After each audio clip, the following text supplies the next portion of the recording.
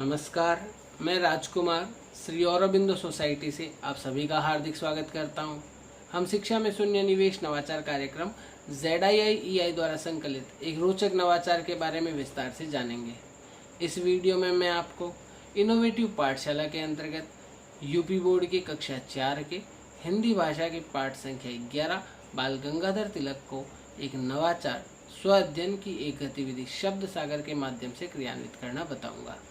वैसे तो इस पाठ को ZIIEI के कई नवाचारों के माध्यम से क्रियान्वित किया जा सकता है, परंतु इस वीडियो में हम इसे शब्द सागर के माध्यम से क्रियान्वित करना सीखेंगे।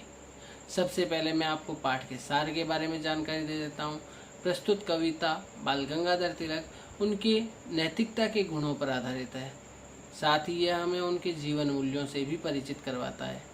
नवाचार की नवीनता एवं उपयोगिता यह है कि विद्यार्थी सहपाठियों के साथ मिलकर शब्दावली, वाक्य संरचना और अपना व्याकरण कौशल का विकास करता है।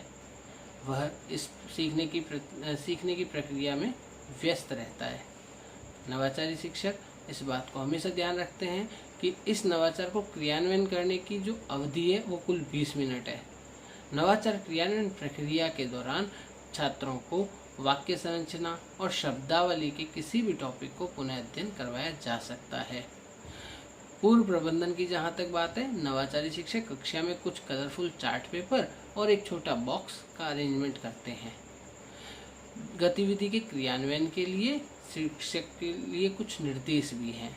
जैसे शिक्षक गतिविधि के क्रियान्वयन से एक दिन पहले ही सभी छात्रों को सूचित करते हैं कि पढ़ाए गए पाठ से संबंधित शब्दावली एक एक शब्द आपको घर से एक पर्ची पर लिखकर लाने हैं, और साथ ही साथ उससे संबंधित कोई चित्र भी आप बनाकर ला सकते हैं। कक्षा के सभी छात्र इसमें पार्टिसिपेट करें। वे अपने घर से शब्दावली लिखकर लेकर आएँ, पर्ची पर शब्द और उसका चित्र बनाकर लाएं। इस बात को शिक्षक सुनिश्चित करें। साथ ही साथ कक्षा में सभी छात्रों को यह गतिविधि में पार्टिसिपेट करना अनिवार्य है। नवाचारी शिक्षक बच्चों को पुनः अध्ययन के दौरान हमेशा ध्यान रखते हैं कि वे पाठ की शब्दावली या फिर वाक्य संरचना या किसी अन्य ग्रामर के टॉपिक को इसके माध्यम से पुनः अध्ययन करवा सकते हैं। गतिविधि को शुरू करने से पहले शिक्षक बच्चों से कुछ बात करते हैं। बच्चों, आपको जानकारी है आज हम क्या करने वाले हैं? जैसे बच्चों ने कहा हम गेम खेलने वाले हैं, तो शिक्षक बताते हैं कि आज हम शब्द सागर नाम का गेम खेलने वाले हैं। इसके लिए क्या आप इस बॉक्स को डेकोरेट करना चाहोगे? तो बच्चों को एक कलरफुल चार्ट देकर बच्चों से वो एक बॉक्स डेकोरेट करवाते हैं। उसके ऊपर शब्द सागर नाम लिखवाते हैं। बच्चों के द्वारा लाई गई पर्चियाँ उसमें इकट्ठी कर ली जाती है। अब शिक्षक बच्चों को गेम के नियम समझाते हैं। छात्रों, आपको एक एक करके आगे आना है। आपकी लाई हुई पर्चियाँ इस बॉक्स में, एक पर्ची को आप निकालेंगे, उसमें लिखे हुए शब्द को जोर से पढ़ेंगे और अपनी तरफ से उसका एक वाक्य बनाकर सबको सुनाएंगे। जैसे उदाहरण के लिए एक छात्र को आगे बुलाया जाता है। वह छात्र आगे आता है, पर्ची निकालता है और उसके अंदर से शब्द पढ़ता है स्वतंत्रता, और फिर खुद ही उसका एक वाक्य बनाता है, स्वतंत्रता हमारा जन्मसिद्ध अधिकार है। इस प्रकार से कक्षा के सारे छात्र इसमें पार्टिसिपेट करते हैं और इस गतिविधि को दोहराते हैं। निष्कर्ष के तौर पर इस नवाचार के माध्यम से कई सीखने के प्रतिफल प्राप्त किए जाते हैं। बच्चे दूसरों के द्वारा कही गई बातों को ध्यान से सुनते हैं, अपनी प्रतिक्रिया व्यक्त करते हैं, प्रश्न भी पूछते हैं। वे खुद के द्वारा पढ़ी गई बातों को अपने निजी अनुभवों के साथ कोरिलेट करते हुए अपनी समझ को विकसित करते हैं। साथ ही साथ अलग अलग जगह पर अलग अलग तरह की रचनाओं में आई हुई अभिव्यक्तियों को समझते हैं, उनके संदर्भ को समझकर उनका अर्थ ग्रहण करते हैं। कई बातों को ध्यान में रखने की आवश्यकता इस नवाचार के क्रियान्वयन के दौरान, जैसे प्रस्तुत पाठ बाल गंगाधर तिलक को हमेशा सितंबर माह में पढ़ाया जाता है।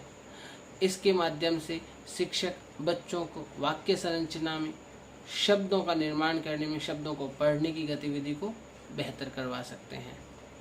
बच्चों को क्रियान्वित करते समय इस गतिविधि के क्रियान्वयन के दौरान NCF 2005 के उद्देश्यों को ध्यान में रखा गया है। PTR अनुपात को ध्यान में रखते हुए इस गतिविधि का समय अवधि निर्धारित की गई है।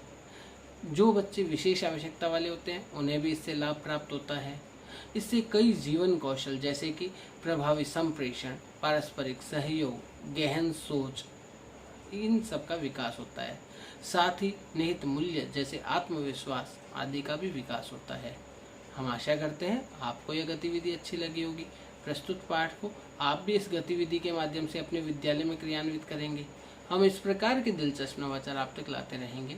आपसे अनुरोध है, आप हमारे YouTube चैनल ZIIEI को सब्सक्राइब करें। यदि ये वीडियो आप फेसबुक पर देख रहे हैं तो हमारे फेसबुक पेज को अवश्य लाइक करें। नीचे दिए गए लिंक पर क्लिक करके आप इनोवेटिव पाठशाला ऐप को इंस्टॉल कर सकते हैं। इस वीडियो को देखने और लाइक करने के लिए आपका बहुत बहुत धन्यवाद।